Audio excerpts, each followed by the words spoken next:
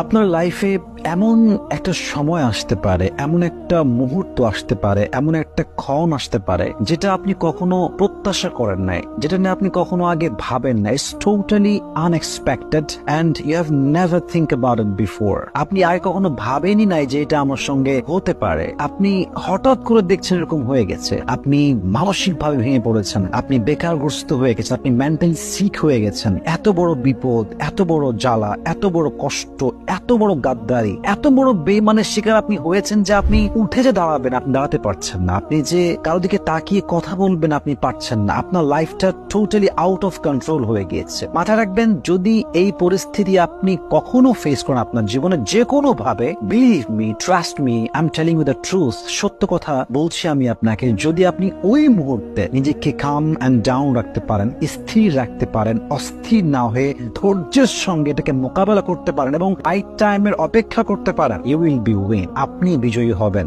এবং আপনার এই বিজয়কে কেউ ঠেকিয়ে রাখতে পারবে না। তো এটাই হচ্ছে মূল মেসেজ, যে জীবনে যত বড় কষ্ট আসবে তত বেশি ধৈর্যশীল আমরা হব, এবং ধৈর্যই হচ্ছে এমন একটা গুণ যেটা আপনাকে সঠিক সময়ে এমন ফলাফল দিবে, আপনার জীবনের সমস্ত আনএক্সপেক্টেড সিচুয়েশন, সমস্ত কষ্ট, দুঃখ, গাদ্দারির শিকার হওয়া, বেঈমানের শিকার হওয়া, সব আপনি নিমিষে ভুলে যাবেন ইনশাআল্লাহ তাআলা।